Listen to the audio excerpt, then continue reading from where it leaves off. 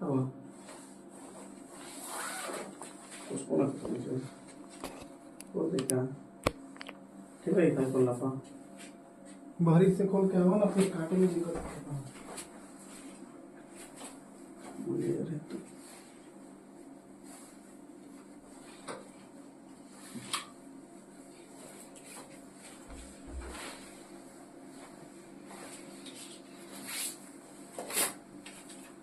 कर दो।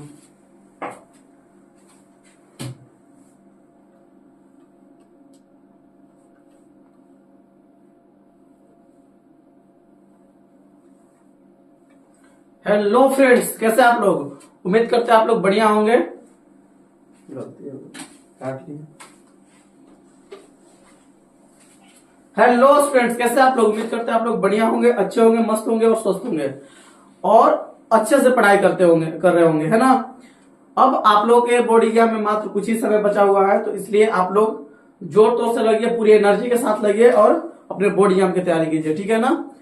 आज हम लोग का जो है ना, जो 5 नंबर वाला क्वेश्चन का जो सीरीज चल रहा था फिजिक्स का, उसका लेक्चर नंबर 6 है ना। पीछे वाले क्वेश्चन में हमने टोटल 9 क्वेश्चन को कवर कर लिया है ना। आज हमारा 10वां क्वेश्चन है ना। तो और इस क्वेश्चन में इस साल के लिए बोर्ड एग्जाम के पॉइंट ऑफ व्यू से बहुत इंपॉर्टेंट है, बहुत ज्यादा इंपॉर्टेंट है। तो इसलिए इस क्वेश्चन को आप फुल कंसंट्रेशन के साथ देखिए, समझिए, क्योंकि इस क्वेश्चन को आपको समझने में हो सकता है थोड़ा सा टाइम लगे, है ना।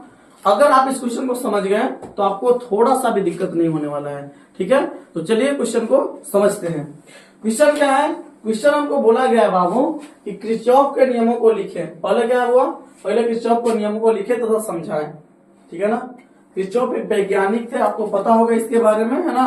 और किरचॉफ साहब ने क्या दिया था? 2 नियम दिया था, है ना बुआ। उन दोनों नियमों को हमको लिख के समझाना है और उसकी सहायता से हमको क्या करना है बुआ? क्या करना है? वीट-स्टोन ब्रिज के संतुलन अवस्था में क्या करना हुआ? व्यंजक प्राप्त करना है, ठीक है जी। चलिए, तो सबसे पहले हम बात करते हैं किरचॉफ के नियम। सबसे पहले हम किसके ऊपर बात करते हैं? वो किरचॉफ के नियम के ऊपर। तो आप हेडिंग डालते हैं किरचॉफ के नियम।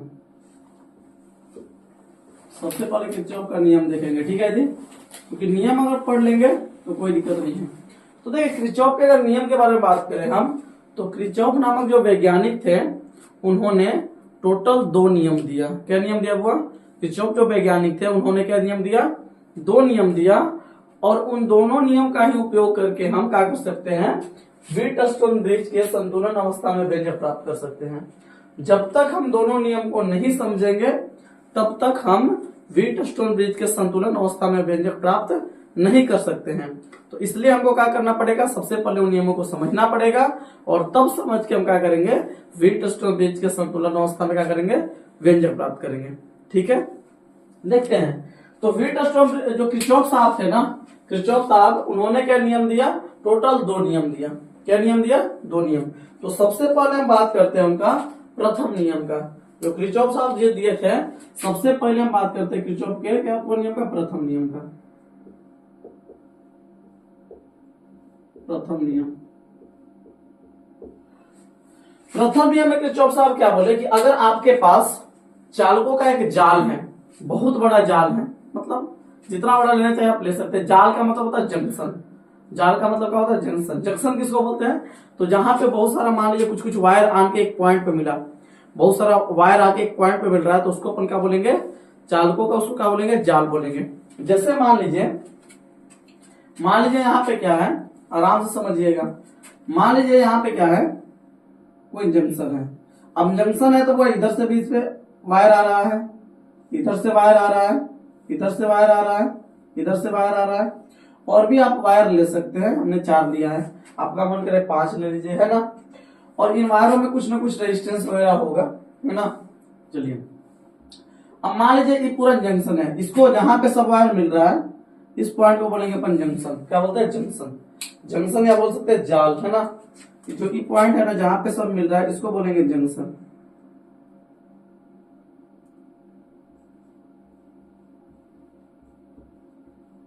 जंक्शन का मतलब क्या होता है? जाल बोल सकते हैं, या संधि भी आप बोल सकते हैं, आपको, है ना। जंक्शन को संधि भी बोलता है लोग, ठीक है ना।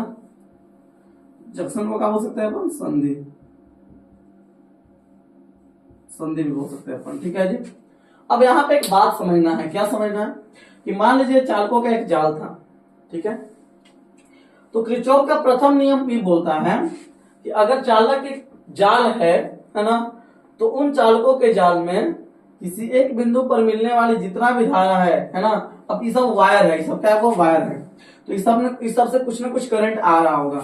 मान लीजिए इससे करंट यहां से आ रहा है I1, है ना, यहां से करंट आ रहा है होगा I2, है ना, यहां से करंट आ रहा है कितना? यहां से करंट आ रहा है I3, और मान लीजिए यहां से करंट जा रहा है I4। इन तीनों से करंट आ रहा है, लेकिन यहां से करंट क्या हो रहा है? जा रहा है। हो सकता है ऐसा, पॉसिबिलिटी है।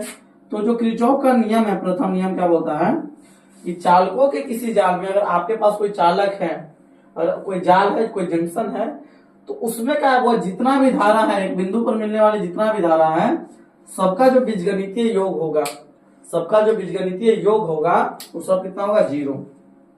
समझ में आ रहा है? मतलब किरचॉफ का पहला नियम क्या बोला कि चालकों के किसी जाल में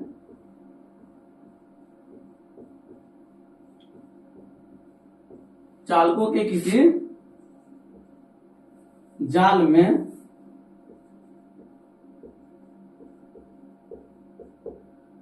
किसी बिंदु पर मिलने वाले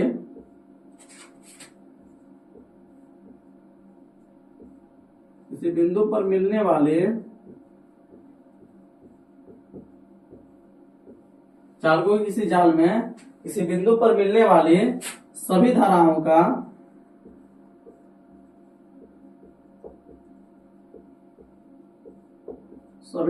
का बीजगणितीय योग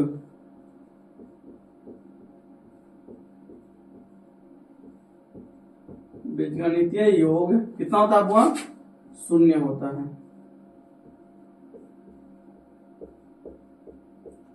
हमको पहला नियम यही है, क्या बोला कि चालकों के किसी जाल में, अगर चालक है उसमें कोई भी मतलब जहां पर जंक्शन, जाल किसको बोलते हैं? जंक्शन को, जहां पे वायर सब आके मिलता है, ठीक है। तो मान लीजिए एक जाल हो गया, तो चालकों के किसी जाल में किसी बिंदु पर मिलने वाली, यहाँ पे देखिए सब मिल रहा है बिंदु, इस यहाँ पे मिलने वाली जो सभी धाराएं हैं उस सबका जो बीजगणितीय योग होगा वो कितना होगा? 0 होगा। यही बोला प्रथम नियम। कहने का मतलब है कि यहाँ पर संधि पर, मान लीजिए संधि पर जितना भी करंट आ रहा है, सबका जो सम होगा, समेशन बोलते हैं इसको, है ना, सिग्मा, सबको जोड़ने में पड़ता है। मतलब संधि पर जितना भी करंट आएगा, सभी का योग, सभी का समेशन जो होगा वो कितना होगा? 0 होगा। यही है प्रथम नियम, ठीक है। हो सकता है ये थोड़ा सा आपको दिक्कत लग रहा होगा कि सर ये क्या लिख दिए आप, है ना। तो देखिए इसको हम यहां से समझने का प्रयास करते हैं। यहाँ पे देखिए जितना भी करंट आ रहा है, इन सभी करंट का जो बीजगणितीय योग होगा वो कितना होगा? 0 होगा। लेकिन एक बात यहाँ पे याद रखना है। बात क्या याद रखना है? देखिएगा, आराम सुनिए। यहाँ पे बात याद रखना है कि जो जंक्शन पर आने वाला जो करंट होगा ना, जंक्शन पर आने वाले करंट को अगर आप पॉजिटिव ले रहे हैं, उसको अगर पॉजिटिव मान रहे हैं, तो जंक्शन जो बाहर जाने वाला जो करंट होगा उसको आपको निगेटिव लेना पड़ेगा। निगेटिव केवल करंट के डायरेक्शन को बताएगा।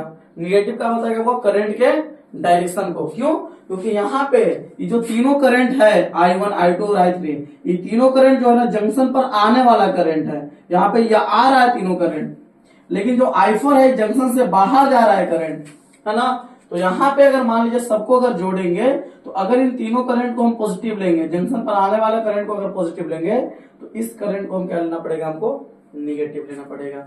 मतलब यहाँ पे क्या है, यहाँ पे आपको क्या, अगर मान लीजिए इसमें इस डायग्राम के अकॉर्डिंग बात करें हम, तो अगर सब करंट को हम जोड़े I1 plus I2 plus I3, है ना, तो क्या बोला है कि जितना भी करंट आ रहा है एक बिंदु पर, किसी बिंदु पर मिलने वाली सभी धाराओं का जो बीजगणितीय योग होगा वो कितना होगा? सबका बीजगणितीय योग होगा 0। तो सब करंट कितना है? I1, I2, I3, तीनों को जोड़ते ये भी तो है। लेकिन एक बात यहाँ पे याद रखना है हुआ कि अगर जंक्शन पर आने वाली धारा को अगर पॉजिटिव मान रहा है, इसको पॉजिटिव लिए, इसको भी पॉजिटिव, इसको भी पॉजिटिव, है ना, तो जो जंक्शन से बाहर जाने वाली धारा होगा उसको आपको करना पड़ेगा निगेटिव। तो ये हो जाएगा माइनस का I4 और ये बराबर होगा 0। सभी धाराओं का बीजगणितीय योग क्या हो गया, 0 हो गया।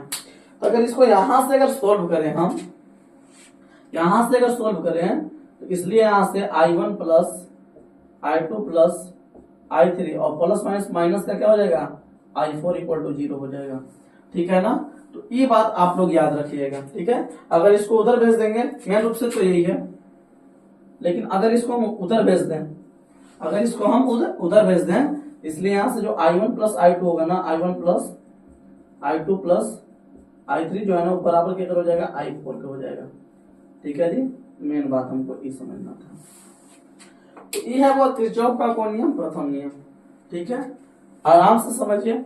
अब यहाँ पे हमने क्या सीखा, यहाँ पे हमको दो बात याद रखना है। क्या याद रखना है, नोट पॉइंट में प्रथम नियम से संबंधित दो को नोट पॉइंट बन रहा है। क्या बन रहा है, सुनिएगा। पहला बात तो ये आया कि अगर मान लीजिए हम प्रथम नियम मतलब प्रथम नियम के अकॉर्डिंग अगर चल रहे हैं, कोई भी जंक्शन पर मिलने वाली सभी धाराओं का जो बीजगणितीय योग होगा वो शून्य तो होगा, लेकिन यहाँ पे एक बात गौर करने वाली है कि जंक्शन पर जो धारा आएगा उसको अगर पॉजिटिव लेंगे तो जंक्शन से बाहर जाने वाली धारा को हमको क्या लेना पड़ेगा, निगेटिव लेना पड़ेगा। और निगेटिव केवल क्या बताएगा, उसका साइन बताएगा, मतलब उसका क्या बताएगा, डायरेक्शन, है ना। यहाँ पे माइनस I4 ले, मतलब इसका मतलब ये नहीं है कि करंट निगेटिव हो गया, नहीं, इसका मतलब सिर्फ इतना है कि जो करंट है ना वो क्या हो रहा है, ये जंक्शन से बाहर जा रहा है। इन तीनों करंट क्या रहा है, जंक्शन पर आ रहा है, तो ये करंट क्या हो रहा है, जंक्शन से बाहर जा रहा है। निगेटिव सिर्फ इतना बता रहा है। बात क्लियर है। अच्छा, तो यहाँ पे नोट पॉइंट में पहला हमको इस समझ में आया कि जंक्शन पर आने वाली धारा का चिन्ह, जंक्शन पर आने वाले, जंक्शन पर आने वाले धारा का चिन्ह धनात्मक लिया जाता है। जंक्शन पर आने वाली धारा का चिन्ह धनात्मक लिया जाता है, पहला बात। और दूसरा बात हमको समझ में आया कि जंक्शन से बाहर जाने वाली धारा का चिन्ह, जंक्शन पर आने वाली धारा का चिन्ह सबको पॉजिटिव लिए है, लेकिन जंक्शन से बाहर जो धारा जा रहा है ना उसको क्या लेंगे, निगेटिव। मतलब यहां से हमको दूसरा समझ में आया कि जंक्शन से बाहर जाने वाली धारा का चिन्ह, जंक्शन से बाहर जाने वाले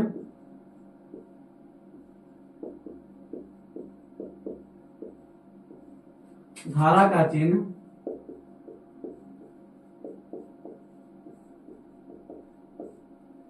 ऋणात्मक लिया जाता है।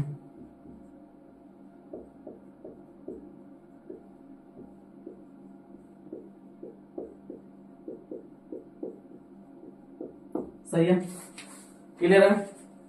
अब एक डायग्राम और लेते हैं, उस डायग्राम में आप लोग देख के बताइएगा कि इसमें क्या होगा, क्या होना चाहिए प्रथम नियम के अकॉर्डिंग।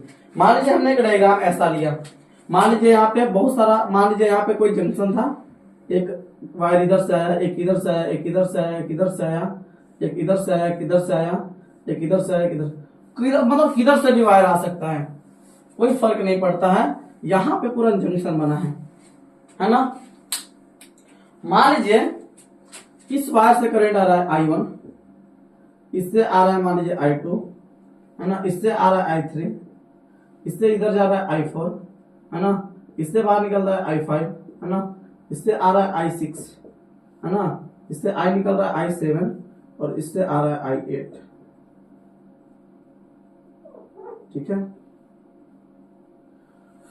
अब अगर मान आपसे पूछे हम कि बताइए जो आपको जंक्शन दिखा, ये आपको जो जंक्शन दिख रहा है इसमें क्या करना है आपको, प्रथम नियम के अकॉर्डिंग अगर पूछे कि क्या सत्य होना चाहिए, कैसे, मतलब प्रथम नियम इसमें कैसे लगाएंगे। तो अगर कि जो जाल दिख रहा है, हम अभी क्या पढ़ाए हैं कि चालकों के किसी जाल में किसी बिंदु पर मिलने वाले सभी धाराओं का जो बीजगणितीय योग होगा शून्य होगा, मतलब समेशन I इक्वल टू का होगा 0 होगा। सभी धाराओं का बीजगणितीय योग कितना होगा, ये समेशन बताता है, ये जो मतलब सिग्मा का साइन है ना, ये बताता है एक तरह से क्या, समेशन को, सबके योग को। तो जितना भी करंट है जंक्शन पर सबका जो बीजगणितीय योग होगा वो 0 होगा। क्लियर है। लेकिन यहाँ पर हमने दो बात बताया है कि जंक्शन पर जो धारा आएगा उसका चिन्ह क्या होगा, उसका चिन्ह होगा धनात्मक, आने वाला का। और जंक्शन से जो धारा जाएगा, जंक्शन से जो धारा जाएगा उसका चिन्ह क्या लेना है, ऋणात्मक लेना है। क्लियर है? तो अगर यहां पे हम लगाएं तो किरचॉफ का, चूंकि किरचॉफ का प्रथम नियम क्या बोलता है, किरचॉफ के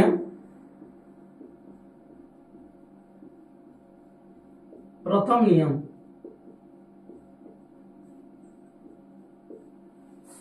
के अनुसार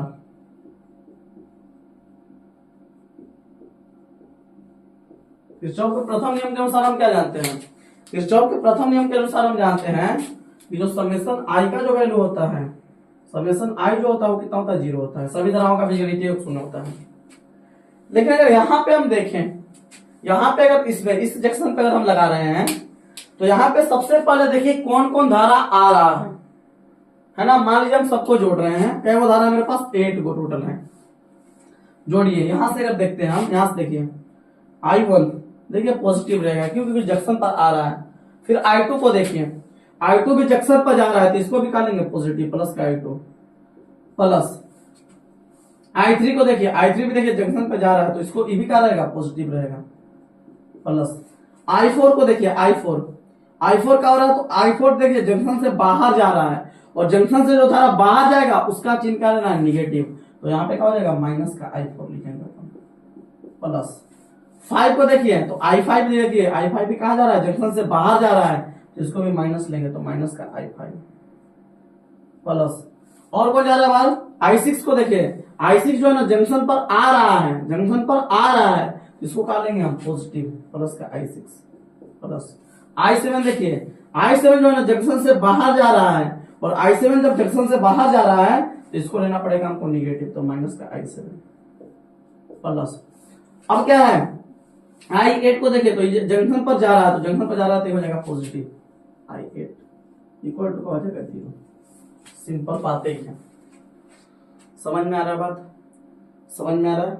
मतलब अगर इसको हम सोल्व करें, इसको हम अगर सोल्व करें, इसको हम अगर सोल्व करें तो कैसे कर सकते हैं अपन, बताइए। ये हो जाएगा I1 plus I2 plus I3 हो जाएगा, है ना, माइनस हो जाएगा I4, है ना, प्लस माइनस हो जाएगा I5, है ना, प्लस हो जाएगा I6, माइनस हो जाएगा I7, माइनस हो जाएगा ना, और प्लस हो जाएगा I8। ये सबका वैल्यू हो जाएगा 0। अब अगर देखिए तो जो पॉजिटिव है आप चाहे तो निगेटिव वाला उधर भी भेज सकते हैं। मेन रूप से बात यही है, मेन रूप से जो किरचॉफ का प्रथम नियम है उसके अकॉर्डिंग यही बात है। लेकिन क्या करें आप, अगर उसको इस सबको अगर मान लीजिए जो निगेटिव वाला अगर उधर भेजते हैं हम, तो एक बात हमको समझ में आएगा। क्या समझ में आएगा, सुनिएगा।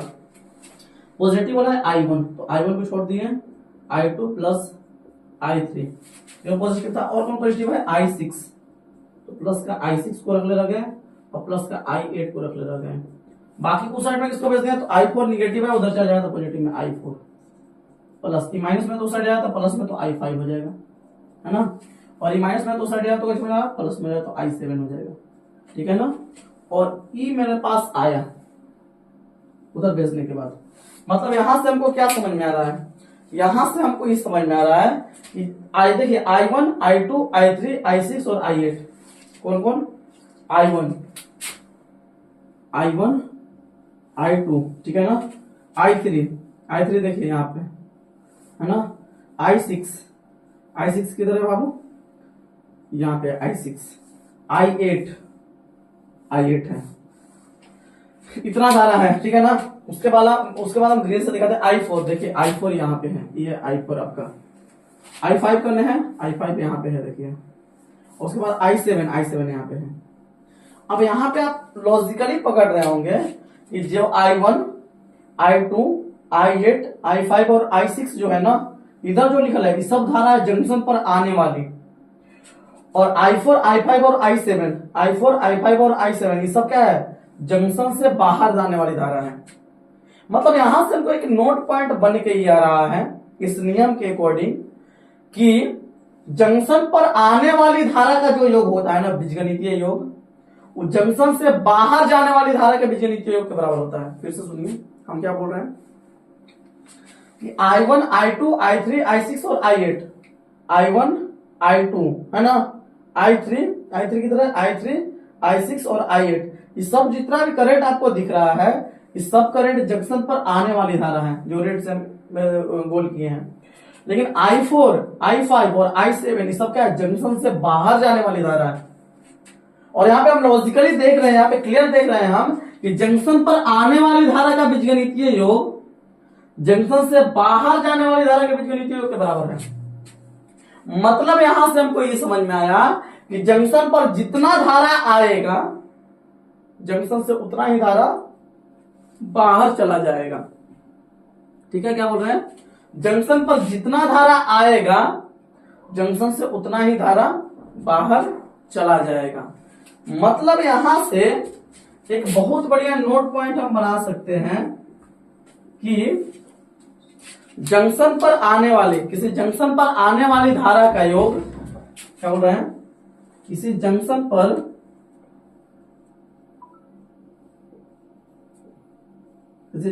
आने वाले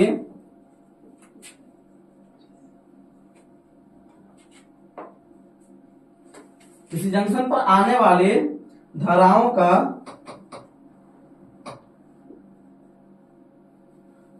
का बीजगणितीय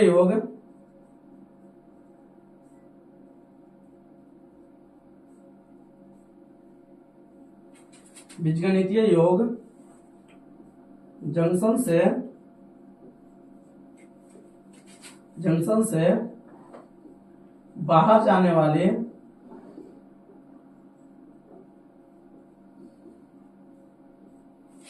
धाराओं के, है ना, क्या लिखते हैं, योग के बराबर होती है। योग के क्या होती है, बराबर, समझ लीजिएगा, होती है। ठीक है ना। मतलब यहां से हमको ये बात समझ में आ गया कि जंक्शन पर आने वाली धाराओं का जो बीजगणितीय योग होगा वो जंक्शन से बाहर जाने वाली धाराओं के बीजगणितीय योग के क्या होगा, बराबर होगा। ठीक है जी, चलिए बात हमको यहाँ समझ में आएगा किरचॉफ के प्रथम नियम में। अब एक बात और समझिएगा, किस नियम से रिलेटेड 2-3 ऑब्जेक्टिव भी पूछ लेता है, तो उस ऑब्जेक्टिव को भी हम क्लियर कर देते हैं। सबसे पहला बात आपको याद रखना है कि जो नियम है किरचॉफ का प्रथम नियम जो है, इस नियम को बहुत संधि के नियम के नाम से जाना जाता है। देखिए यहाँ पे जंक्शन है ना, जंक्शन के बारे में बताता है ना, इसलिए इस नियम को हुआ जंक्शन अर्थात संधि के नियम के नाम से भी जाना जाता है ना। तो ये बात आप लोग क्या रखिएगा, याद रखिएगा। ठीक है, तब जाके आपको समझ में आएगा। मतलब इस नियम को यहाँ पे लिख दें, पहला बात तो इस नियम को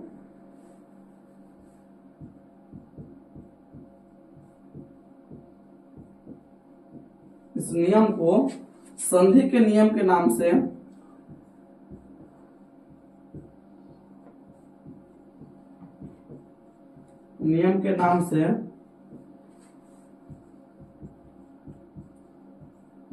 भी जाना जाता है। ठीक है, पहला बात अपने को समझ में आ गया कि जो नियम है ना, प्रथम नियम किरचॉफ का, इसको संधि के नियम के नाम से भी जाना जाता है। ठीक है, पहला बात। दूसरा बात क्या है इसमें, दूसरा बात क्या है, तो दूसरा बात आप याद रखिएगा, इसी से रिलेटेड दूसरा बात याद रखिएगा कि जो नियम है, ऐसा नहीं लग रहा है जंक्शन पर जितना धारा आ रहा है जंक्शन से उतना धारा बाहर चल जा रहा है। मतलब ओवरऑल पूरा करंट कांस्टेंट रह रहा है। और ऐसा हम कहां देखते हैं, चार्ज मतलब आवेश संरक्षण के सिद्धांत में वहां पढ़ते हैं कि आवेश को न तो उत्पन्न कर सकते हैं न ही नष्ट कर सकते हैं, बस कुछ कर सकते हैं तो एक फॉर्म से दूसरे फॉर्म में ट्रांसफर। और वहां वैसा होता भी है कि जितना चार्ज स्टार्टिंग में होता है, वहां पे जितना चार्ज स्टार्टिंग में होता है सिस्टम का, उतना ही चार्ज सिस्टम का बाद में भी होता है। मतलब अगर कोई भी सिस्टम, कोई भी निकाय रहता है, तो कोई भी निकाय का अगर हम कुल आवेश स्टार्टिंग में जितना रहता है, बाद में भी अगर टोटल चार्ज को जोड़ा जाता है तो उतना ही आता है। मतलब वहां पे क्या रहता है, चार्ज संरक्षित रहता है ना। पहले वाला आवेश और बाद वाला आवेश दोनों क्या रहता है, सेम। यहां पर भी तो वही है, जितना धारा आ रहा है उतना ही जा रहा है। ठीक है ना, जितना धारा जंक्शन पर आ रहा है उतना ही कहा जा रहा है, बाहर जा रहा है। तो एक तरह से जो नियम है ये आवेश संरक्षण सिद्धांत के नियम का पालन कर रहा है, क्योंकि वो नियम भी तो वैसा ही है, आवेश संरक्षण का सिद्धांत का नियम है। कि नहीं बात कि जितना सिस्टम का स्टार्टिंग में चार्ज है, बाद में भी सिस्टम का टोटल चार्ज उतना ही रहेगा, है कि नहीं बात। तो एक बात याद रखिएगा कि जो नियम है ना किरचॉफ का जो प्रथम नियम है वह आवेश संरक्षण सिद्धांत के नियम का पालन करता है। ठीक है ना। तो दूसरा पॉइंट हम लिख सकते हैं कि यह नियम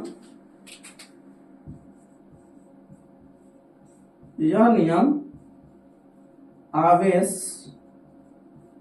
संरक्षण सिद्धांत के नियम का, यह नियम आवेश संरक्षण सिद्धांत के नियम का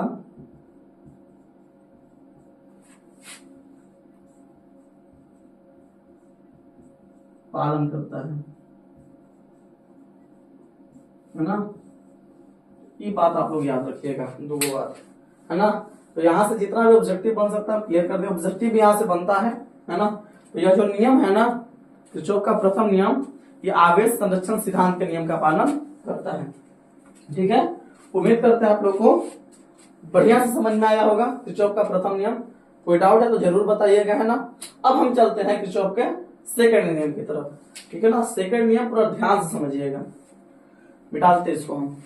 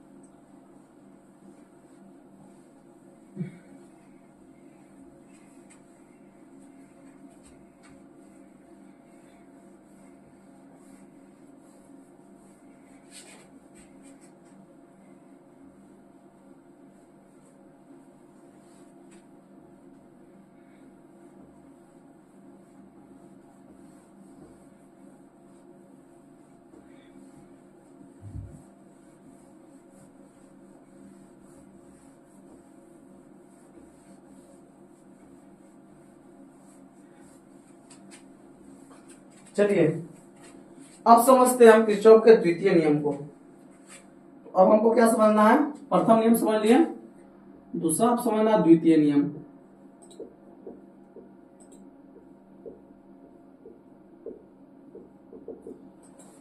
ये जो नियम है ना किरचॉफ का द्वितीय नियम, बेसिकली एक लूप, एक बंद लूप के लिए दिया गया है। ठीक है ना। किरचॉफ का जो सेकंड नियम है, द्वितीय नियम जो है, वो एक बंद लूप के लिए परिभाषित है। ठीक है जी। बंद लूप क्या होता है, तो बंद लूप होता है ना, अगर मान लीजिए कोई सर्किट है, कोई बंद सर्किट है, क्लोज सर्किट है। देखिए अगर मान लीजिए, देखिए दोनों में अगर अपन देखिए सर्किट दो तरह का होता है, एक होता है ओपन सर्किट और एक होता है क्लोज सर्किट, है ना। तो ओपन सर्किट में क्या होगा ना, अगर इस प्रकार का आपको सर्किट दिख रहा है, इसका प्रकार का सर्किट दिख रहा है सिंपल, तो ये है ओपन सर्किट। लेकिन यही अगर सर्किट कुछ ऐसा हो जाए, पूरा एकदम बंद हो जाए, है ना, यहाँ पे रेजिस्टेंस है, यहाँ पे रेजिस्टेंस है, यहाँ पे कोई सेल वगैरह लगा दिया गया, तो पूरा जो सर्किट बन गया ना, ये आपका क्लोज सर्किट है ना। तो सर्किट दो तरह का होता है, एक ओपन और एक होता है क्लोज। तो दोनों में आप फर्क समझिएगा। ठीक है ना। जब तक फर्क नहीं समझिएगा तब तक आपको मतलब दिक्कत होगा फिर।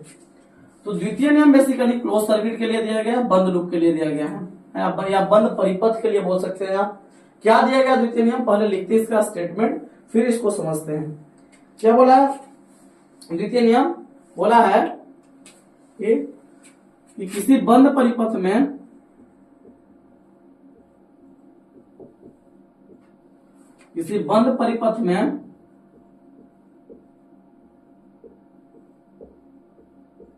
प्रवाहित धारा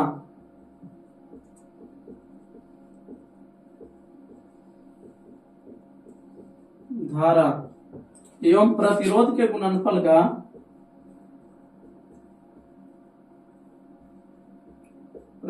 के गुणनफल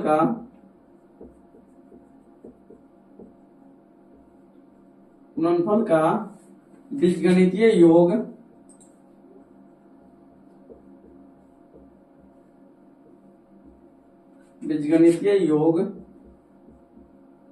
ना। किसी बंद परिपथ में प्रवाहित धारा एवं प्रतिरोध के गुणनफल का बीजगणितीय योग उस परिपथ में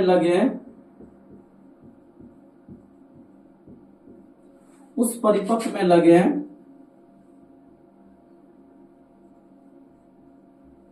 सभी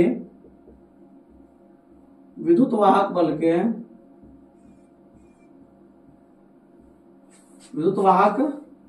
के योग के बराबर होता है।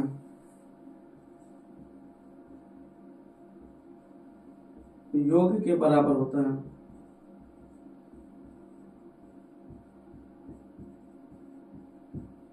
ठीक है, ये है क्या, किरचॉफ का द्वितीय नियम। क्या बोला है, कि बेसिकली किसके लिए दिया गया है, ये बंद परिपथ के लिए दिया गया है। ठीक है ना, कि अगर आपके पास कोई क्लोज सर्किट रहे, कोई बंद परिपथ रहे, तब उसको में हम उसके लिए क्या नियम दिया गया है, तो किरचॉफ का द्वितीय नियम बोलता है कि किसी बंद परिपथ में प्रवाहित धारा और प्रतिरोध के गुणनफल का जो बीजगणितीय योग होगा, उस परिपथ में लगे सभी विद्युत वाहक बल के योग के क्या होगा, बराबर होगा। ठीक है जी, आप एक बात समझते हैं, बोलना क्या चाह रहा है नियम, उसको समझते हैं। मान लेते हैं मतलब इसका कहने का मतलब ये है कि उस पर मान लीजिए अगर आपके पास कोई सर्किट है, उसमें बहुत सारा करंट होगा, तो करंट का और प्रतिरोध का जो बीजगणितीय योग होगा, है ना, बराबर होगा केकर, उसमें जितना विद्युत वाहक बल लगा होगा उसके बीजगणितीय योग के बराबर होगा। सिंपल यही है किरचॉफ का सेकंड नियम, है ना, समेशन दिखाता है योग को। तो किरचॉफ का सेकंड नियम यही है कि किसी बंद परिपथ में, लेकिन परिपथ कैसा होना चाहिए, बंद, तो बंद परिपथ में प्रवाहित धारा और प्रतिरोध का जो प्रतिरोध के गुणनफल का जो बीजगणितीय योग होगा, दोनों के गुणनफल का जो योग होगा, उस परिपथ में जितना विद्युत वाहक बल लगा होगा उसके योग के क्या होगा, उसके बीजगणितीय योग के बराबर होगा। ठीक है, समझते हैं इसको सर्किट के माध्यम से, तो हो सकता है हमको कुछ ज्यादा समझ में आए, है ना, सर्किट के माध्यम से समझेंगे। तो देखिए सिंपल, अगर एक सर्किट बनाए, है ना, मान लेते हैं कि मेरे पास एक बंद परिपथ है। कैसा, देखिए यहाँ पे हमने एक परिपथ बनाया, ऐसा कुछ, यहाँ एक रेजिस्टेंस है, फिर यहाँ पे एक रेजिस्टेंस है, ऐसा एक सर्किट बनाया गया है। ठीक है जी, यहाँ पे एक सेल लगा है और यहाँ पर भी एक सेल लगा है। अच्छा, एक सर्किट है, मान लीजिए बंद परिपथ है। ठीक है, यहाँ पे दो सेल है, मान लेते हैं कि इस सेल का जो विद्युत वाहक बल है E1 है, इसका विद्युत वाहक बल है E2, दोनों का विद्युत वाहक बल कुछ ना कुछ होगा, इसका मान लेते हैं E1, इसका मान लेते हैं E2। और मान लीजिए जैसे कनेक्ट किए तो इसमें करंट फ्लो करने लगा, I करंट फ्लो कर रहा है, और जब करंट फ्लो कर रहा है तो दोनों का रेजिस्टेंस कुछ ना कुछ होगा, मान लेते हैं यहाँ का रेजिस्टेंस है R1 और इसका रेजिस्टेंस R2 है। ठीक है,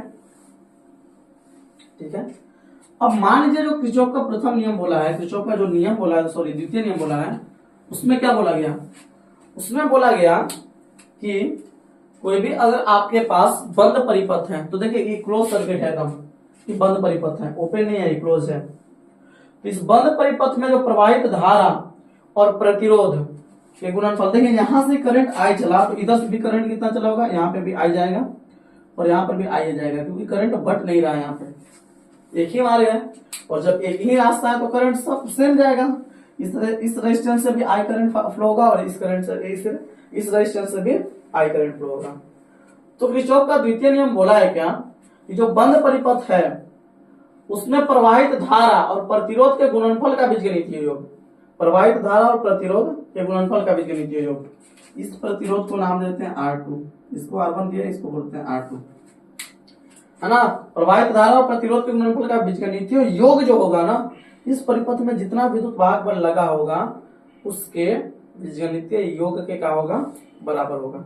ठीक है, चलिए अब यहाँ पे अगर देखा जाए, आराम से देखिए, तो यहाँ पे क्या हो जाएगा बताइए, अगर इसमें अगर यहाँ पे इससे में अगर विद्युत प्रवाहित धारा और प्रतिरोध को गुना किया जाए तो गुना कीजिए, कितना हो जाएगा बताइए, तो हो जाएगा IR1 हो जाएगा, IR1 प्लस, यहाँ पर भी देखिए करंट का डायरेक्शन नहीं है, तो यहाँ पे अगर गुना करेंगे ना I और R2 को, तो कितना हो जाएगा IR2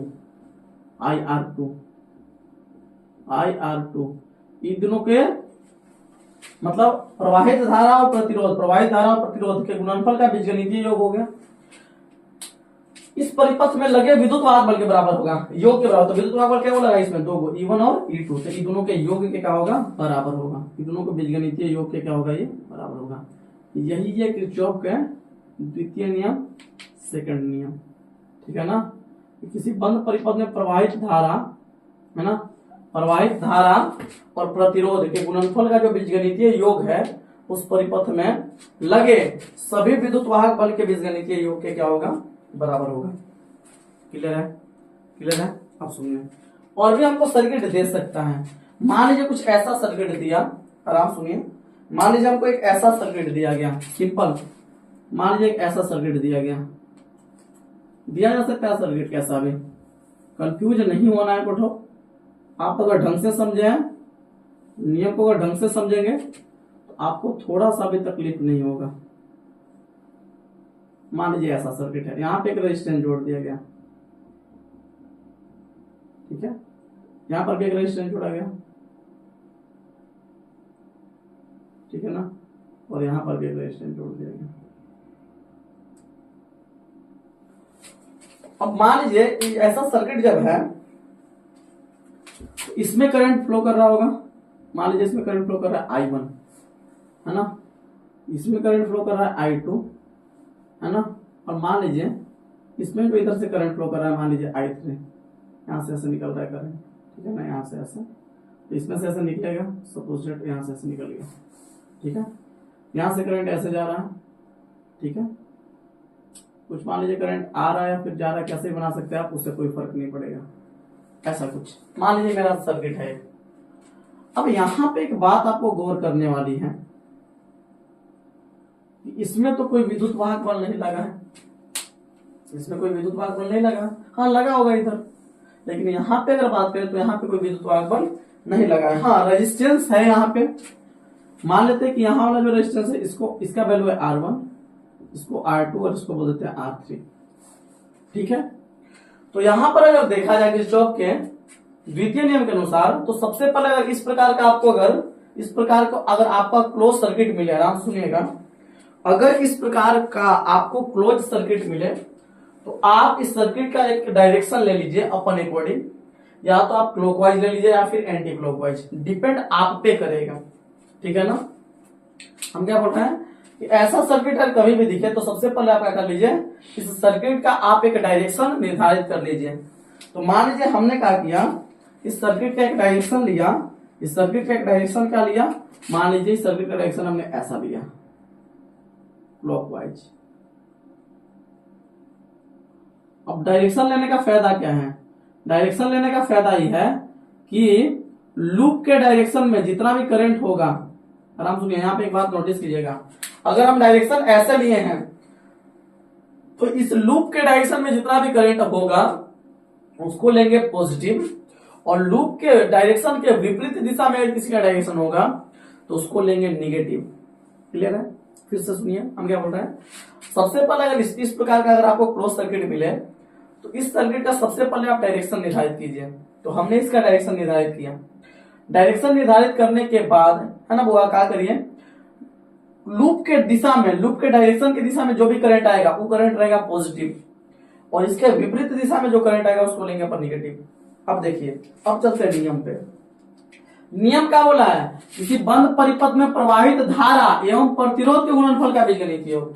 तो प्रवाहित धारा और प्रतिरोध, इसका तो I1 R1 हो जाएगा, I1 R1 इन दोनों का गुणनफल, है ना। इसी का डायरेक्शन चल रहा है, देखिए इस डायरेक्शन में चल रहा है ना, देखिए लूप का डायरेक्शन एन में चल रहा है तो पॉजिटिव लिया है, ये भी इसके इसी के डायरेक्शन में है, तो इसको पॉजिटिव लेंगे तो I2 R2, तो प्लस का क्या हो जाएगा I2 R2, है ना। लेकिन यहाँ पे जब जा रहा है ना, यहाँ पे जब जा रहा है तो लूप का डायरेक्शन है इधर से, इधर में है, इधर में है, लेकिन करंट पलट गया, करंट का डायरेक्शन क्या है, एन है, मतलब लूप के डायरेक्शन के विपरीत है। और जब ये लूप के डायरेक्शन के विपरीत है ना, तो यहाँ पे जो वैल्यू आएगा ना, यहाँ पे जो करंट होगा ये क्या होगा, निगेटिव होगा, तो यहाँ पे क्या हो जाएगा -I3 R3, और ये बराबर क्या होगा, ये बीजगणितीय योग, प्रवाहित धारा और प्रतिरोध के गुणनफल का जो बीजगणितीय योग है, इस परिपथ में लगे विद्युत वाहक बल के योग के बराबर होगा। क्या इस परिपथ में कोई विद्युत वाहक बल है क्या, नहीं, और कोई विद्युत वाहक बल नहीं है, तो इसका मतलब क्या है कि विद्युत वाहक बल का मान इस सर्किट में कितना है, 0। ठीक है, बात क्लियर। अब अगर इसको हम सोल्व करेंगे तो यहां से अगर देखना चाहो तो ऐसा बोल सकता है कि I1R1 प्लस I2R2 का जो वैल्यू हो जाएगा वो क्या हो जाएगा, -I3R3 हो जाएगा, -I3R3 हो जाएगा, -I3R3 बराबर क्या हो जाएगा 0। तो ये माइनस में तो उस साइड प्लस में हो जाएगा, तो कितना हो जाएगा I1R1 प्लस क्या हो जाएगा I2R2 बराबर क्या हो जाएगा I3R3। क्यों? क्योंकि माइनस में तो उस साइड क्या हो जाएगा प्लस में। ये किरचॉफ का क्या वो नियम, द्वितीय नियम। समझ में आया? यहां पे खाली समझना है आपको, यहां पे खाली आपको समझना है कि अगर इस प्रकार का सर्किट कभी भी मिले तो सबसे पहले क्या कर दीजिए, उसका आप डायरेक्शन निर्धारित कर लीजिए। अब लूप के दिशा में जो जो करंट आएगा, देखिए इसी के डायरेक्शन में हम एन है, इसका डायरेक्शन हम यू लिए हैं क्लॉकवाइज, तो इसी के दिशा में ये करंट आया है ये पॉजिटिव है, तो I1R1। इसी की दिशा में भी करंट है, देखिए ऐसे, तो I2R2 ये दोनों का योग। लेकिन यहाँ पे जब चलना इधर से आ रहा है ना, तो यहाँ पे करंट का डायरेक्शन ऑपोजिट हो गया, उधर हो गया। लूप का डायरेक्शन है एन है, लेकिन इसका डायरेक्शन हो गया ओन है, तो ये करंट का हो जाएगा निगेटिव, तो क्या हो जाएगा -I3R3 इक्वल टू क्या होगा, इस परिपथ में लगे विद्युत वाहक बल के योग के बराबर। लेकिन इस परिपथ में कोई विद्युत वाहक बल है ही नहीं, तो इसका वैल्यू कितना हो जाएगा 0 के बराबर हो जाएगा। बात क्लियर है? कोई दिक्कत? तो ये है आपका किरचॉफ का सेकेंड नियम। अब एक बात समझ में आ रहा है आपको, I है विद्युत धारा, R है प्रतिरोध, I है विद्युत धारा, R है प्रतिरोध, और एक तरह से वोल्टेज को रिप्रेजेंट कर रहा है। ये है वोल्टेज, ये भी वोल्टेज है। मतलब क्या है इस सर्किट में, क्या है ना इस सर्किट में, मतलब कहने का मतलब इतना है सिर्फ इस सर्किट के, है ना, सर्किट में क्या है, सर्किट के लूप के दिशा में जितना वोल्टेज का मान है, आराम सुनिएगा, सर्किट में लूप के डायरेक्शन में जितना वोल्टेज का मान है ना, लूप के ऑपोजिट डायरेक्शन में भी वोल्टेज का मान उतना ही है। इसलिए दोनों वोल्टेज एक दूसरे को कैंसिल करके उसका वैल्यू कितना मिल जा रहा है 0। सिंपल हम लॉजिक से सोच सकते हैं कि इस सर्किट में लूप के डायरेक्शन में जितना वोल्टेज है ना, जितना वोल्टेज है, लूप के विपरीत डायरेक्शन में भी उतना ही वोल्टेज है।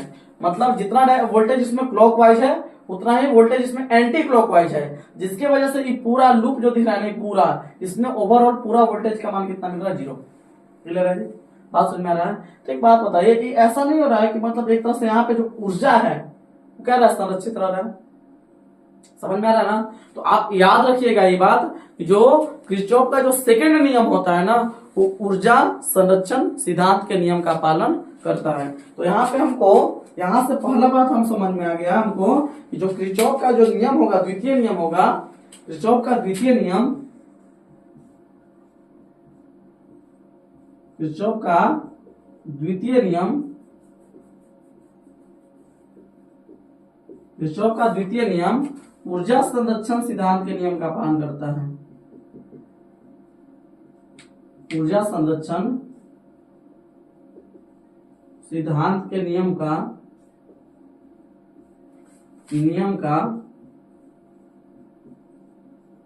पालन करता है ना? समझ में आ रहा है? मतलब किरचॉफ का जो द्वितीय नियम है ऊर्जा संरक्षण सिद्धांत के नियम का पालन करता है। चलिए ठीक है, दूसरा पहला नियम पहला बात समझ में आ गया। दूसरा बात इसमें समझना है कि देखिए ये नियम किसके लिए दिया गया, तो बंद परिपथ के लिए। और बंद परिपथ को आप लूप भी बोल सकते हैं। क्या बोल सकते हैं? लूप। तो ये जो नियम है ना, इसको लूप के नियम के नाम से जाना जाता है। कौन नियम के नाम से? लूप के नियम के नाम से भी जाना जाता है। तो यहाँ पर दूसरा बात हमको ये समझ में आ रहा है कि इस नियम को लूप के नियम के नाम से भी जाना जाता है। लूप के नियम के नाम से भी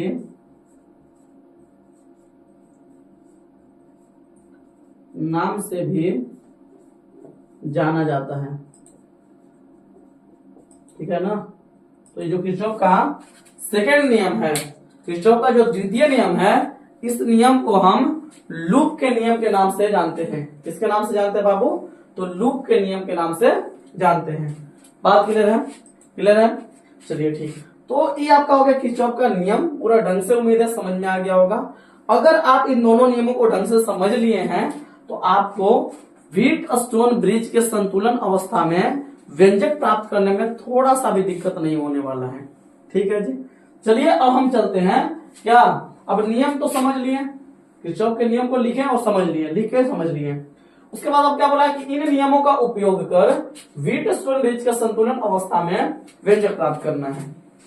चलिए सुनिए, तो सबसे पहले हम बनाते हैं व्हीटस्टोन ब्रिज, और व्हीटस्टोन ब्रिज का संतुलन अवस्था क्या होता है उसको समझेंगे और तब उसके लिए हम व्यंजक प्राप्त करेंगे। पहले सुनिए, व्हीटस्टोन ब्रिज कुछ ऐसा होता है, देखिए बनाते हैं। व्हीटस्टोन ब्रिज कुछ ऐसा होता है,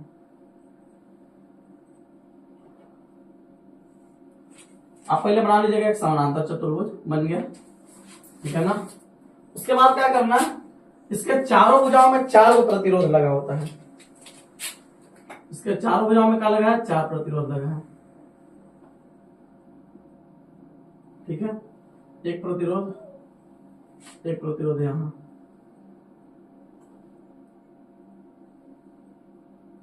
ठीक है, एक प्रतिरोध यहां,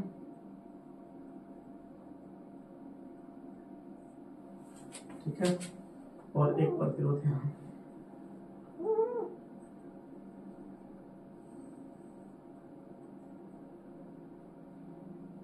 ठीक है। इसके चारों भुजाओं में क्या प्रतिरोध है, 4 प्रतिरोध है ना। और 2 सम्मुख भुजा जो होता है ना, इन दोनों सम्मुख भुजाओं के बीच एक गैल्वेनोमीटर लगा देते हैं। इन दोनों जो सम्मुख भुजा हैं, इन सम्मुख भुजाओं के बीच क्या लगा दिया जाता है, एक गैल्वेनोमीटर जी, डिफ्लेक्शन चेक करने के लिए। जैसा कि आपको पता है कि गैल्वेनोमीटर क्या करता है, तो करंट को मापने का काम करता है, ठीक है जी। और साथ ही साथ जो 2 भुजा बच गया ना, इसको सेल से कनेक्ट कर दिया जाता है, बैटरी से, इसको जोड़ दिया हम सेल से, ऐसा कुछ,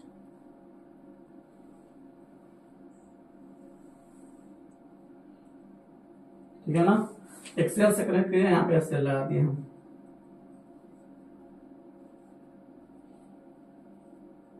ठीक है जी।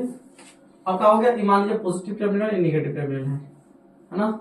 इसका विद्युत भाग अगर कुछ होगा ये वगैरह कुछ है ना, या 20 वोल्ट का सेल है, उससे कोई दिक्कत नहीं है, मान लो 20 वोल्ट का सेल है। अब क्या हुआ, यहां से इसमें करंट बहना प्रारंभ किया आई। अब जैसे ही होगा, इस सर्किट को हम सेल से कनेक्ट करेंगे, इस सर्किट को जैसे ही सेल से कनेक्ट करेंगे तो इस सर्किट में करंट फ्लो होना शुरू होगा, आई, ठीक है। अब एक बात समझिएगा, आराम सुनिए। पहले हम सब प्रतिरोध का नाम दे देते हैं। ये प्रतिरोध को मान लीजिए P बोल दिए, इसको बोलते हैं Q, इसको R बोल देते हैं और इसको S बोल देते हैं। एक ही बात है ना, कोई दिक्कत, आराम समझिए। या फिर P Q इसको बोल देते हैं, है ना, ये आपका Q हो जाएगा, इसको बोल देते हैं R और इसको बोल देते हैं S। आपका इस प्रकार से क्या है, व्हीटस्टोन ब्रिज है। अब एक बात समझना ही है आपको, आराम से सुनिएगा, है ना। अब इस सेल का अगर पोटेंशियल क्या है, पोटेंशियल भी है, तो मान लेते हैं कि ई टर्मिनल का पोटेंशियल होगा भी, पोटेंशियल डिफरेंस अगर भी है, और इस पोटेंशियल इसका इस टर्मिनल का पोटेंशियल मान लेते हैं 0 है। आराम सुनिए, फिर से समझिए क्या बोल रहे हैं कि अगर ये पूरा सेल का इस सेल का पोटेंशियल डिफरेंस अगर भी है ना, तो मान लिया कि जो इस टर्मिनल होगा इसका पोटेंशियल हमने भी मान लिया और इसका पोटेंशियल हमने कितना मान लिया, 0 मान लिया, ठीक है। अब एक बात बताइए, देखिए व्हीटस्टोन ब्रिज के संतुलन अवस्था का मतलब क्या होता है, व्हीटस्टोन ब्रिज के संतुलन अवस्था का मतलब क्या होता है, व्हीटस्टोन ब्रिज के संतुलन अवस्था का मतलब होता है कि, है ना, इस जो गैल्वेनोमीटर है ना, इससे कोई करंट पास नहीं होना चाहिए। अगर मान ले कोई ऐसा, ये दोनों का जो रेशियो है, मतलब कुछ ऐसा सेट हुआ, मतलब ऐसा सेटिंग हुआ ना, मतलब ऐसा इसमें सेटिंग कर दिया ना कि इस गैल्वेनोमीटर से होकर कोई करंट पास नहीं कर रहा है, तो उस कंडीशन में इस व्हीटस्टोन ब्रिज को संतुलित माना जाता है। मतलब व्हीटस्टोन ब्रिज को संतुलित कब मानेंगे, जब यहां से होकर इससे होकर जो जाने वाला करंट है IG, मान लीजिए जो गैल्वेनोमीटर से है ना, गैल्वेनोमीटर से कोई करंट जा रहा है IG, अगर ये IG का मान 0 हो गया, ये IG का मान क्या हो गया, 0 हो गया, तो उस कंडीशन में इस इस व्हीटस्टोन ब्रिज को क्या माना जाता है, संतुलित माना जाता है। मतलब सिंपल वे में अगर बात करें तो व्हीटस्टोन ब्रिज को संतुलित कब माना जाएगा, जब गैल्वेनोमीटर से होकर कोई करंट पास नहीं करेगा, ठीक है जी। और ऐसा कब होता है, जब इन दोनों का अनुपात और इन दोनों का अनुपात सेम हो जाता है, या फिर इन दोनों का अनुपात इन दोनों का अनुपात सेम हो जाता है, तब जाके उस कंडीशन में व्हीटस्टोन ब्रिज क्या हो जाता है, संतुलित अवस्था में हो जाता है। मतलब यहां से कोई करंट पास नहीं होता है, आराम से सुनिए, साबित करते हैं। अब एक बात समझिएगा कि जब इसको सर्किट से कनेक्ट किए हैं तो यहां से करंट चला भी, मतलब सॉरी आई, तो करंट आई चला तो यहाँ पे करंट दो भाग में बट गया, एक इधर और इधर। तो मान लीजिए इधर करंट गया I1 और इधर मान लीजिए गया I2, मान लीजिए उसे कोई दिक्कत नहीं है। जब यहां पहुंचा करंट तो कुछ करंट इधर चल गया, सपोज डेट मान लीजिए यहां से कुछ करंट इधर चल गया, और कुछ करंट जब इधर गया, इधर जो करंट गया, इधर मान लीजिए करंट है आपका I3, ठीक है ना। अब यहां पे जैसे ही गया है ना, अब इधर से करंट जा रहा है तो यहां से IG वाला कुछ करंट आया होगा। अब इन दोनों करंट यहाँ जुड़ गया, और दोनों जुड़ने के बाद यहाँ से करंट निकल गया होगा, तो ये करंट क्या हो गया आपका I4 हो गया, यहाँ से करंट निकल गया और दोनों यहाँ से फिर वापस I बन के क्या हो गया, इसके अंदर प्रवेश कर गया। अब एक बात समझिएगा, यहाँ पे ये सिंपल हम क्या बनाया, अभी व्हीटस्टोन ब्रिज बनाया है। अब इसके संतुलन अवस्था के लिए हमको व्यंजक प्राप्त करना है, और हम बता दिए कि संतुलित अवस्था में कब माना जाता है, जब इस गैल्वेनोमीटर से होकर पास करने वाला जो करंट है, इस करंट का मान क्या हो जाता है, 0 हो जाता है। मतलब जब गैल्वेनोमीटर में कोई डिफ्लेक्शन पैदा नहीं होता है तो उस कंडीशन में इस व्हीटस्टोन ब्रिज को संतुलित माना जाता है, ठीक है। अच्छा, तो अब इसको हम अगर साबित करना है आपको संतुलन अवस्था, तो पहले एक बात समझिएगा, यहाँ पे गौर करने वाली बात है। देखिए इसको साबित करने का बहुत सारा मेथड है, अलग अलग मेथड से आप इसको साबित कर सकते हैं, कोई दिक्कत नहीं है ना। हम आपको सबसे सिंपल मेथड बताएंगे जो आपको समझ में आ जाए, आसानी से समझ में आ जाए। हम ज्यादा कैलकुलेशन को कॉम्प्लेक्स नहीं बनाने वाले हैं, ठीक है। फिर से सुनिए हम क्या बोल रहे हैं, हम कैलकुलेशन को ज्यादा कॉम्प्लेक्स नहीं बनाएंगे, है ना। हम ऐसा करेंगे ना जिससे आपको कहा जाए आसानी से समझ में आ जाए, ठीक है ना। क्योंकि जब तक आपको आसानी से समझ में नहीं आएगा कोई मजा नहीं है फिर, है ना। तो आपको आसानी से चीजें समझ में आनी चाहिए, तब जाके फिर क्या होगा। अब देखिए यहाँ पे एक बात बताइएगा कि आखिर में यहाँ पे ये दोनों सिरा जो है ना, मान लीजिए इसका अगर हम नाम देना चाहें तो नाम भी अपन थोड़ा सा दे देते हैं। यहाँ पे जो है A है, इसको बोल देते हैं B, इसको बोल देते हैं C और इसको बोल देते हैं D। अब एक बात आप बताइएगा, जो बोल रहे हैं आराम से सुनिएगा, शायद आप ये बात जानते भी होंगे। सुनिए क्या बोल रहे हैं, हम बात ये बोल रहे हैं कि आखिर में यहां से होकर पास होने वाला जो करंट है वो 0 कब होगा। मतलब यहां से कोई करंट पास कब मतलब नहीं होगा, बताइए। करंट पास नहीं होने का मतलब यहां से इलेक्ट्रॉन नहीं गुजरना चाहिए, ठीक है जी। तो आप लोग एक बात पढ़े होंगे, शायद पढ़े होंगे, है ना। बात यह हुआ कि अगर मान लीजिए मेरे पास 2 बॉडी है, सपोज डेट, आराम सुनिएगा। मान लीजिए मेरे पास 2 बॉडी है ना, और मान लीजिए इधर से इधर मान लीजिए क्या हो रहा है, इधर से इधर क्या हो रहा है, मान लीजिए इधर से इधर इलेक्ट्रॉन का ट्रांसफर हो रहा है। किसका ट्रांसफर हो रहा है, इलेक्ट्रॉन का। इधर से इधर इलेक्ट्रॉन का ट्रांसफर हो रहा है, तो जाहिर सी बात है कि करंट का डायरेक्शन इधर से होगा, उल्टा आई, ठीक है ना। क्योंकि करंट का जो दिशा होता है वो इलेक्ट्रॉन के दिशा के ऑपोजिट होता है। तो अगर इलेक्ट्रॉन बॉडी ए से बॉडी बी में ट्रांसफर हो रहा है तो करंट बॉडी बी से बॉडी ए में आ रहा होगा, ठीक है जी। अब एक बात बताइए, जो इलेक्ट्रॉन ट्रांसफर हो रहा है कब तक होगा, कब तक होगा, जब तक बॉडी ए और बॉडी बी के बीच पोटेंशियल डिफरेंस होगा। फिर से वो सुनिए, हम क्या बोल रहे हैं कि बॉडी ए से बॉडी बी में इलेक्ट्रॉन का ट्रांसफर कब तक होगा, मतलब बॉडी बी से बॉडी ए में इलेक्ट्रॉन मतलब विद्युत धारा का प्रवाह कब तक होगा, जब तक कि दोनों बॉडी के बीच क्या बना रहेगा, पोटेंशियल डिफरेंस, बोले तो विभवांतर। जब तक इन दोनों बॉडी के बीच वो विभवांतर रहेगा, मतलब इन दोनों के विभव में जब तक अंतर रहेगा तब तक इसमें इलेक्ट्रॉन का ट्रांसफर होगा। जैसे ही अगर दोनों बॉडी का विभवांतर सेम हो गया, वैसे इलेक्ट्रॉन का ट्रांसफर होना भी बंद हो जाएगा, और जैसे इलेक्ट्रॉन का ट्रांसफर होना बंद हुआ उस कंडीशन में यहां से जो है ना, यहां से जो करंट है ना, यहां से करंट प्रवाहित होना भी क्या हो जाएगा, बंद हो जाएगा, यानी करंट का मान कितना हो जाएगा, 0 हो जाएगा।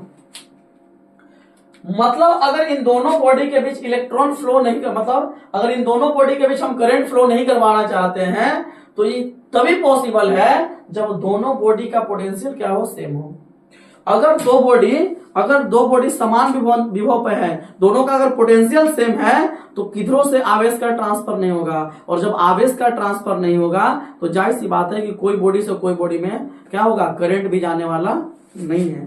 तो एक बात हमेशा याद रखिएगा, है ना, कि करंट वही फ्लो करता है जहां पे पोटेंशियल डिफरेंस होता है। जहां पोटेंशियल डिफरेंस बंद, मतलब पोटेंशियल जैसे दोनों का सेम हुआ, वहां पे करंट फ्लो होना बंद हो जाएगा। ठीक है जी, यहां पर ऐसा ही होगा। आखिर में इन दोनों बी और डी के बीच करंट फ्लो कब नहीं करेगा, मतलब इसमें करंट फ्लो कब नहीं करेगा, जब यहां का पोटेंशियल और यहां का पोटेंशियल सेम हो जाए। क्योंकि अगर यहां का पोटेंशियल और यहां का पोटेंशियल सेम नहीं हुआ तो इसे करंट फ्लो करेगा, 110% करेगा। बात क्लियर है, समझ में आ रहा है? तो क्या बोल रहे हैं हम कि अगर यहां का पोटेंशियल और यहां का पोटेंशियल अगर सेम हो जाए तो उस कंडीशन में गैल्वेनोमीटर से होकर कोई करंट पास नहीं करेगा। ठीक है ना, बात समझ में आ रही है? मतलब क्या है, हम मिटाते हैं थोड़ा सा ये सब चीज को। उम्मीद करते हैं आप लोग लिख लिए होंगे, है ना। उसके बाद हम चलते हैं आगे।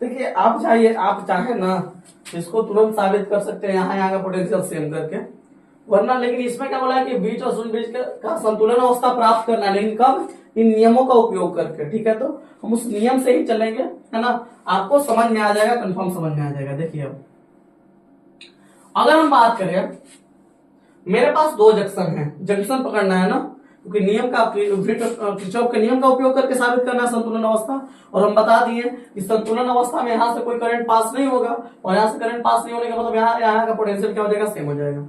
ठीक है, सुनिए आप पहले सुनिए, मेरे पास जो दो जंक्शन है, एक है जंक्शन बी और एक है जंक्शन डी।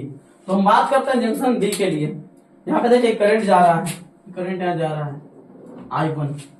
तो बात करते हैं जंक्शन बी पर, आराम सुनिए, क्या बात करते हैं हम, देखिए वहां पे बात करते हैं जंक्शन बी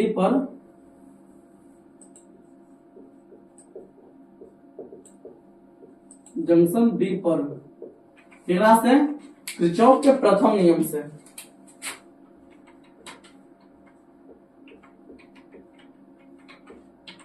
किरचॉफ के प्रथम नियम से।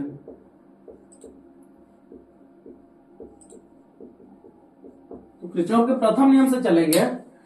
तो किरचॉफ का प्रथम नियम क्या बोला है कि, है ना, जंक्शन पर क्या होगा, जंक्शन पर मिलने वाले सभी धाराओं का बीजगणितीय योग शून्य होगा। और उसमें इतना बात ये भी बताया है कि जंक्शन पर आने वाली धारा का चिन्ह पॉजिटिव और जंक्शन से बाहर जाने वाली धारा का चिन्ह क्या लेना है, नेगेटिव लेना है।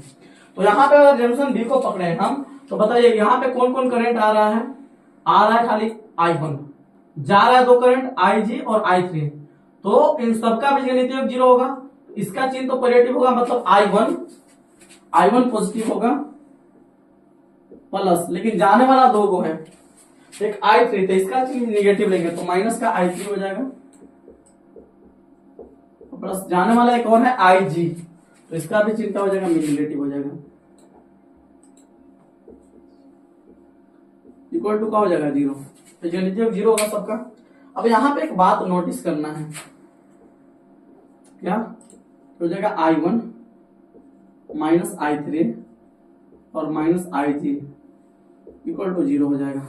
अब यहाँ पे एक बात गौर करना है कि व्हीट स्टोन ब्रिज को में संतुलन अवस्था में प्राप्त करना व्यंजक ना, और व्हीट स्टोन ब्रिज जब संतुलन अवस्था में होता है तो उस कंडीशन में इस गैल्वेनोमीटर से होकर कोई करंट पास नहीं करता है। और इससे होकर करंट पास नहीं करने का मतलब क्या है कि जो IG का मान होगा वो कितना होगा, 0, है ना। क्योंकि व्हीट स्टोन ब्रिज संतुलन अवस्था में है, इसलिए यहां से होकर जो जाने वाला करंट होगा इसका मान क्या होगा 0। मतलब कहने का क्या है कि जो IG का जो वैल्यू होगा ना संतुलन अवस्था में कितना होगा 0। ठीक है ना। तो यहां पे लिख देंगे कि चूंकि संतुलन अवस्था के लिए, यहीं पे लिख देते हैं नीचे कि चूंकि संतुलन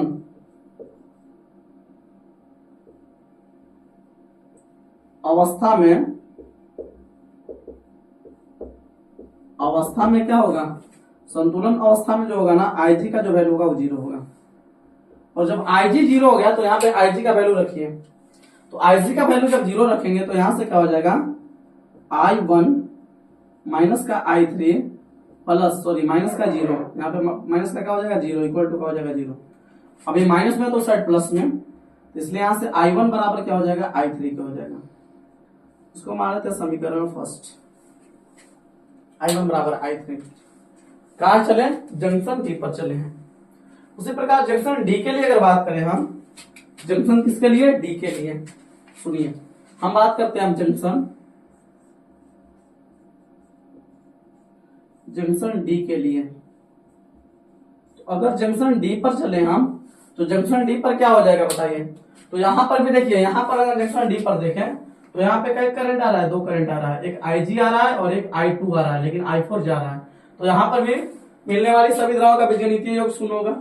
तो पहले आने वाली धारा कौन है, 2 को, I2 और IG। तो क्या हो जाएगा वहां पे I2 और प्लस का क्या हो जाएगा IG। आने वाली धारा था तो इसलिए पॉजिटिव, प्लस जाने वाली धारा कौन है, जाने वाली धारा है I4। तो यहाँ पे इसको पॉजिटिव नहीं निगेटिव लेंगे तो माइनस का ही हो जाएगा I4, माइनस का I4 है, सबका योग कितना हो जाएगा 0। अब यहां अगर लॉजिकली हम देखें तो I2 है ना, अब IG का वैल्यू तो 0 है क्योंकि IG जो है ना संतुलन अवस्था में ना बेटा ब्रिज, और संतुलन अवस्था में IG का मान कितना हो जाएगा 0। तो प्लस का कितना हो जाएगा इसके लिए 0 हो जाएगा, और माइनस का क्या हो जाएगा I4 इक्वल टू क्या हो जाएगा 0। अभी माइनस में तो साइड प्लस में, इसलिए यहां से I2 का जो वैल्यू निकल के आया वो आ गया I4 के बराबर। इसको मान लेते हैं समीकरण सेकेंड। और एक बात यहाँ पे ही है, बात क्या है, ये दोनों को डिवाइड कर देते हैं, दोनों को क्या करते हैं डिवाइड कर देते हैं फ्रॉम इक्वेशन फर्स्ट भागा सेकेंड। हम करते हैं डिवाइड फ्रॉम इक्वेशन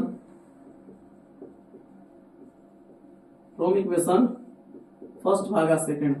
और जब दोनों को डिवाइड करेंगे तो LHS में LHS से डिवाइड होगा, RHS में RHS से। तो डिवाइड करिए I1 बट्टा I2 बराबर I1 बट्टा I2 बराबर I3 बट्टा I4। ये क्या हो जाएगा, तो हो जाएगा I1 बट्टा I2 बराबर क्या हो जाएगा, बराबर हो जाएगा I3 बट्टा I4। इसको मान लेते हैं समीकरण थर्ड।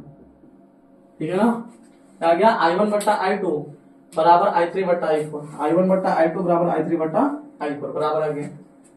चलिए इसको हमने क्या मान लिया, समीकरण 4 मान लिया, सॉरी थर्ड मान लिया। अब ये बात समझ में आ गया। अब चलते हैं किरचॉफ के द्वितीय नियम से। लेकिन किरचॉफ का द्वितीय नियम किसके लिए परिभाषित है, बंद परिपथ के लिए। तो मेरे पास यहाँ पे 2 को बंद परिपथ हैं, एक ई वाला ABDA, एक बंद परिपथ ई है, और एक है BCDB ई है। मेरे पास 2 बंद परिपथ हैं, तो दोनों में बारी बारी से चलना पड़ेगा हमको, है ना। और दोनों में क्या करना पड़ेगा, डायरेक्शन डिसाइड करना पड़ेगा। तो मान ले इसमें हम डायरेक्शन ऐसे ले लिए क्लॉकवाइज, है ना, इसमें हम डायरेक्शन का ले लिए क्लॉकवाइज ले लिए। तो क्लॉकवाइज जब डायरेक्शन ले लिए हैं तो हम चलते हैं लूप किसमें, ABDA में। इसे चलेंगे किरचॉफ के द्वितीय नियम से, किरचॉफ के द्वितीय नियम से, किरचॉफ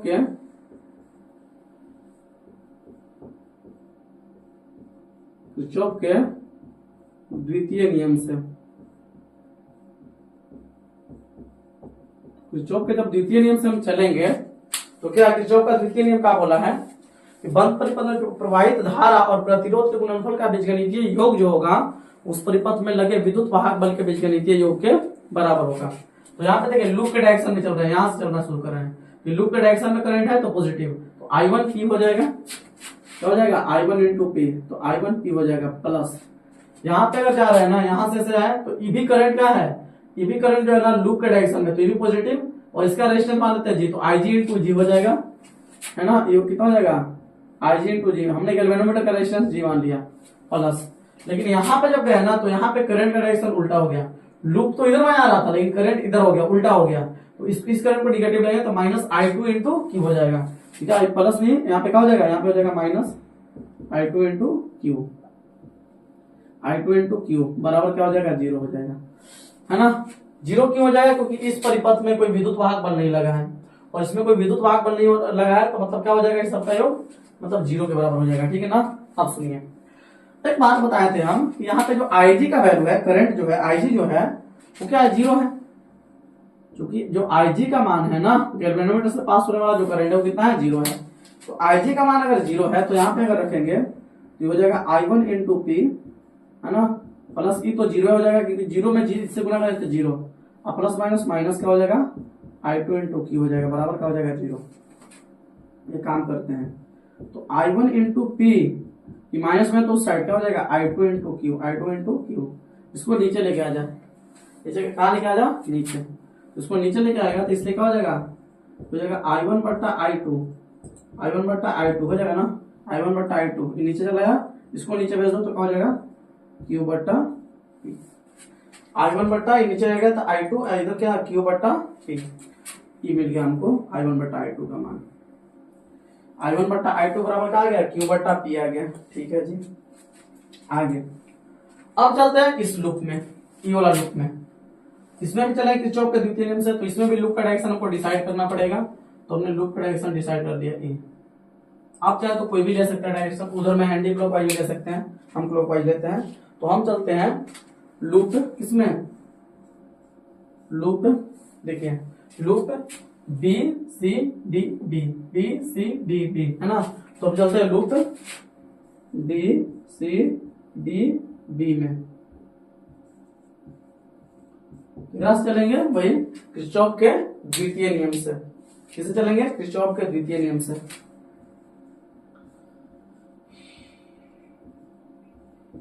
किरचॉफ के द्वितीय नियम से,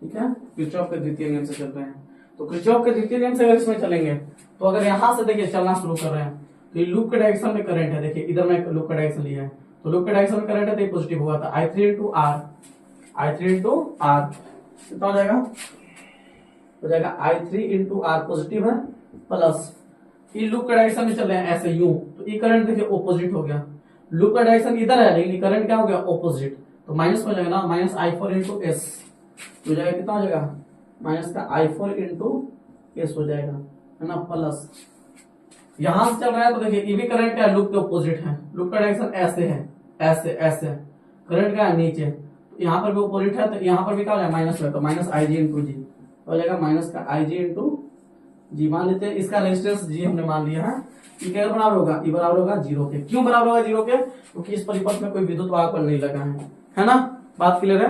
अब चलते हैं, अब अगर इसको हम सोल्व करें, सिंपल अगर सोल्व करें, ज्यादा कुछ तामझाम नहीं करते अपन, सोल्व करते हैं इसको, तो क्या करते हैं, एक बात बताइए, यहाँ पे आई थ्री इंटू आर कितना हो जाएगा, ये हो जाएगा आपका आई थ्री इंटू आर, है ना, प्लस माइनस माइनस हो जाएगा, माइनस आई फोर इंटू एस, माइनस आई फोर इंटू एस, है ना, और यहाँ पे आई जी का वैल्यू तो जीरो है ना, आई जी का वैल्यू कितना है, जीरो, क्योंकि संतुलन अवस्था में है वो, तो यहाँ पे माइनस का कितना हो जाएगा, माइनस का कितना हो जाएगा, आई जी का वैल्यू जीरो है, तो जीरो इंटू जी बराबर कितना हो जाएगा, जीरो।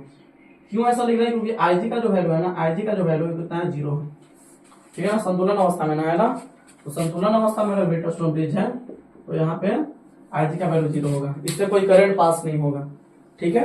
अब चलते हैं आगे, अब एक काम करते हैं, तो इधर तो बच गया आपका I three into R, I three into R, minus में तो उस साइड हो जाएगा प्लस में, बराबर क्या हो जाएगा, आई फोर इंटू एस, यहाँ पे तो जीरो हो गया, इसका कोई मतलब है नहीं, तो इसलिए यहां से अगर देखा जाए तो आई थ्री बट्टा ये नीचे लेके आ जाओ, आई थ्री बट्टा हो जाएगा आई फोर इक्वल टू, इधर कितना हो जाएगा, इधर हो जाएगा एस, एस तो इधर बच जाएगा और ये चल जाएगा नीचे, तो एस बट्टा का हो जाएगा आर हो जाएगा, तो आई थ्री बट्टा आई फोर का जो वैल्यू आया, आई थ्री बट्टा आई फोर का वैल्यू कितना आया, एस बट्टा आर। अब देखिए आई वन बट्टा आई टू और आई थ्री बट्टा आई फोर, ये दोनों का वैल्यू डाल देते हैं इक्वेशन थर्ड में, किसमें डाल देते हैं, इक्वेशन थर्ड में। तो यहाँ पे एक बात लिखेंगे, कि I1 बट्टा I2 तथा I3 बट्टा I4 का मान, I3 का मान समीकरण 1 में रखने पर, समीकरण 1 नहीं, समीकरण 3 में, समीकरण 3 में क्या करने पर, रखने पर, ठीक है ना। I1 बट्टा I2 है ना, और I3 बट्टा I4, ये दोनों का मान किसमें डालते हैं, समीकरण 3 में। जब समीकरण 3 में डालेंगे तो समीकरण 3 है कितना, पहले ई लिखिए। समीकरण 3 को अगर लिखे हैं तो चूंकि समीकरण 3 क्या है देखिए, क्योंकि समीकरण 3 जो है ना वो I1 बट्टा I2 बराबर है आपका क्या, I3 बट्टा I4 रखते हैं वैल्यू। तो यहां से क्या हो जाएगा, I1 बट्टा I2 का वैल्यू कितना हो जाएगा, I1 बट्टा I2 का वैल्यू कितना होगा बताइए, Q बट्टा P है। तो I1 बट्टा I2 का जो वैल्यू है वो क्या है, Q बट्टा P बराबर I3 बट्टा I4 का वैल्यू कितना है, तो I3 बट्टा I4 का वैल्यू S बट्टा R, कितना है, S बट्टा R।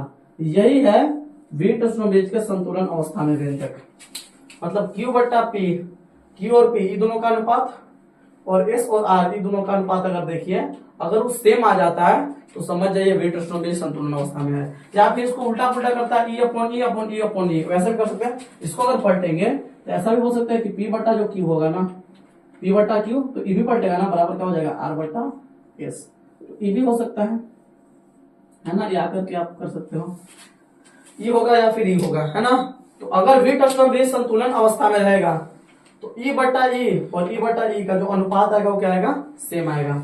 या फिर अगर क्रॉस मल्टीप्लाई करेंगे तो S बट्टा Q क्या हो जाएगा, S बट्टा Q है ना, बराबर क्या हो जाएगा, Q बट्टा, सॉरी इधर से क्रॉस मल्टीप्लाई करेंगे तो S बट्टा Q बराबर क्या हो जाएगा, R बट्टा P, क्या हो जाएगा, R बट्टा P, दोनों का अनुपात S बट्टा Q बराबर R बट्टा P, क्रॉस मल्टीप्लाई करके मतलब ये दोनों का अनुपात और ये दोनों का अनुपात अगर बराबर है तभी व्हीट स्टोनेज का रहेगा, संतुलन अवस्था में रहेगा।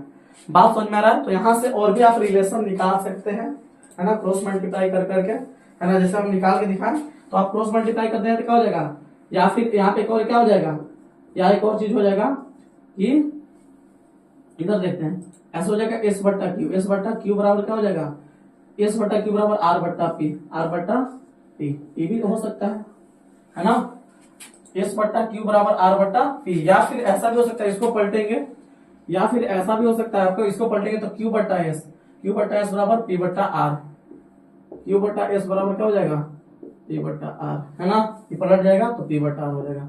तो ये चारों में से कोई भी कंडीशन को अगर फॉलो कर रहा है, चारों में से अगर कोई भी कंडीशन अगर आ रहा है तो समझ जाइए कि व्हीट स्टोनेज क्या है, संतुलित अवस्था में है। क्या बोल रहे हैं हम, P बट्टा Q बराबर R बट्टा S आ जाए, या फिर Q बट्टा P बराबर S बट्टा R आ जाए, या फिर P बट्टा R बराबर क्या हो जाए, Q बट्टा S आ जाए, या फिर S बट्टा Q बराबर R बट्टा P आ जाए। इसमें चारों में से कुछ भी आ जाए तो समझ जाइए कि व्हीट स्टोनेज कौन अवस्था में, संतुलित अवस्था में है। और संतुलित अवस्था में होने पर क्या होता है, यहां से कोई करंट पास नहीं होता है, मतलब इस करंट का मान क्या हो जाता है, 0। क्लियर है। और ये जो है ना व्हीट स्टोनेज बड़ा जो है ना, बड़ा जो सर्किट है उसके प्रॉब्लम को सोल्व करने में बहुत मदद करता है। ठीक है, तो आप लोग क्या करिए, इसको याद रखिए, बढ़िया से इसको एक बार फिर से रिवाइज कर लीजिएगा, है ना, वीडियो को एक बार फिर से देख लीजिएगा। और अगर फिर भी कोई डाउट बचे तो आप कमेंट बॉक्स में उसके बारे में जरूर बताइएगा, हम नेक्स्ट वीडियो में उस डाउट को क्लियर जरूर करेंगे। तो आज के लिए हम इतना ही रहने देते हैं।